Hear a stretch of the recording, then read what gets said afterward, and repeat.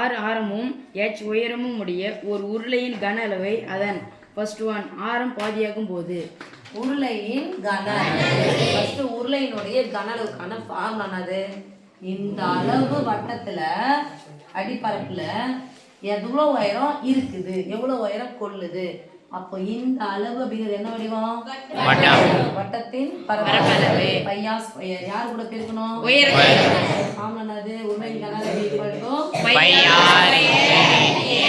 கன அளவு + 1 ஆரம் பாதியாகும் போது ஆரம் r ஈக்குவல் டு பாதி ஆயிடுச்சுன்னா என்னது பை 2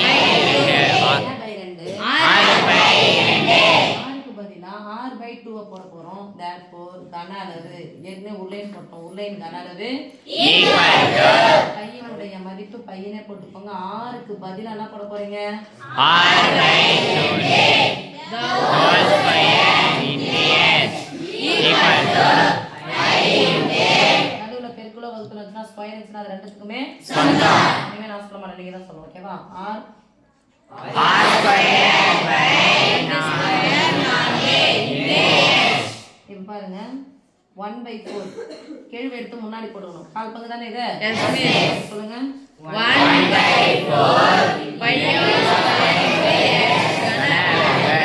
அதுல அழகா பாரு சாமி ஆரம் பாதி ஆகினால் கன அளவு எப்படி ஆயிடும் கால் வாசியா மாறிடும் கால் பங்கா மாறிடும் ஆரம் பாதி ஆச்சுன்னா என்ன மாறிடும் உருளையின் கன அளவு எப்படி மாறிடும் கால் வாசியா மாறிடும் உயரம் பாதி ஆச்சுன்னா கன அளவு பாதியாகும் அவ்வளவுதான் ஏன் சரி அடுத்தது செகண்ட் ஒன் உயரம் பாதியாகும் போது உயரம் அப்ப ஹெச்சுக்கு பதிலா என்ன பண்ண போறோம் h/2 அப்ப கன அளவு equal to ஹெச்சுக்கு பதிலா h/2 போட்டுக்கலாமா yes சொல்லுங்க இது அப்படியே தான் இருக்க போகுது r ஸ்கொயர் அப்படியே தான் இருக்கு ஹெச்சுக்கு பதிலா h/2 அந்த பை 2 முன்னாடி எடுத்து வந்தா அப்புறம் 1/2 into pi r square h கன அளவு ஒன் வேர்ட்ல கேக்குறான்னு வச்சுங்க உருளையின் கன அளவுன்னு சொல்லிட்டு ஒரு உருளையின் கன அளவில் சரி உருளையில் ஆரம் பாதியாகும் போது கன அளவு ஆன்சர் என்னது கால் பங்கா மாறும் ஏன்னா என்ன இருக்குங்க ஸ்கொயர் உயரம் பாதியாச்சுன்னா பாதியாக மாறும் உயரம் பாதியாச்சுன்னா கன அளவு பாதியா மாறிடும்